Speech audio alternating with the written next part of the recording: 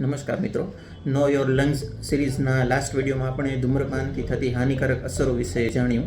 તો આજના વિડીયોમાં આપણે ધૂમ્રપાન છોડવાથી શરીરમાં શું શું સારી અસરો તરત જ થવા માંડે છે એના વિશે જાણીશું. ધૂમ્રપાન છોડ્યાના 8 કલાકની અંદર જ શરીરમાંથી કાર્બન મોનોક્સાઇડ કે જે ખૂબ જ હાનિકારક ગેસ છે તેનું પ્રમાણ ઘટી જાય છે અને એને લીધે ઓક્સિજનનું પ્રમાણ પણ સુધરે છે. 48 કલાકની અંદર જ શરીરમાંથી નિકોટિનનું પ્રમાણ સાવ શૂન્ય થઈ જાય છે અને એને લીધે સ્વાદ તથા સુગંધ પણ નોર્મલ થવા માંડે છે. 72 કલાકની અંદર બ્રોન્કાઇટિસ એટલે કે શ્વાસ નળીનો સોજો ખૂબ જ ઓછો થવા માંડે છે. જેને ફેફસા ખૂબ જ નબળા હોય છે ધૂમ્રપાનને લીધે, એને 1 થી 2 મહિનાઓની અંદર તો શ્વાસની તકલીફમાં પણ ઘણો સુધારો જોવા માંડે છે અને એમના ફેફસાના ફંક્શનમાં પણ ઘણો સુધારો જોવા મળે છે. 9 મહિનાની અંદર ફેફસાના ફંક્શનમાં 10% સુધીનો સુધારો થાય છે.